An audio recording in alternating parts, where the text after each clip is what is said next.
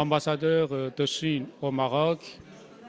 Aujourd'hui, sous l'initiative de M. Ahmed, propriétaire de la librairie Étoile, que nous avons organisé une table ronde avec la participation des amis de la Chine, moi avec Madame la directrice de l'Institut Confucius, avec le sinologue marocain, M.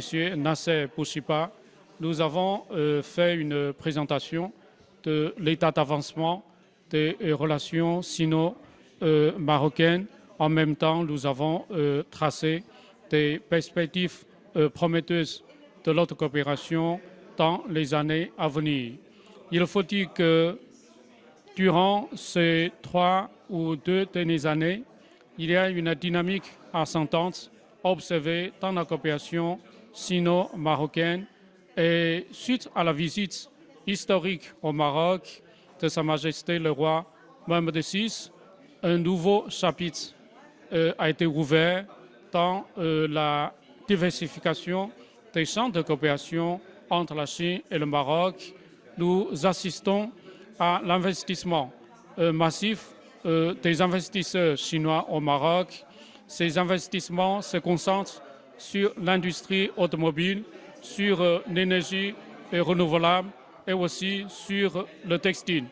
Parallèlement à cela, nous avons mené des actions concrètes sur le renforcement de la compréhension mutuelle entre nos deux populations respectives. J'ai cité le Centre culturel de Chine, les 3 instituts Confucius, avec plusieurs antennes réparties sur le territoire marocain. Ces structures culturelles ont fait des efforts très importants pour faciliter la compréhension entre les 2 pays et les 2 peuples. Alors enfin, j'aimerais mettre en avant la fonction de cette librairie Étoile.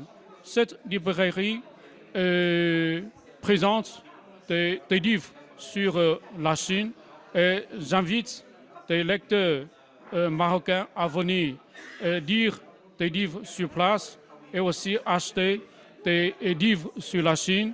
Je pense qu'à l'heure où nous sommes, il faut connaître la Chine, connaître l'historique de développement de Chine. Ce sont des conditions nous permettant de porter à un niveau plus élevé la coopération sino-marocaine. Voilà.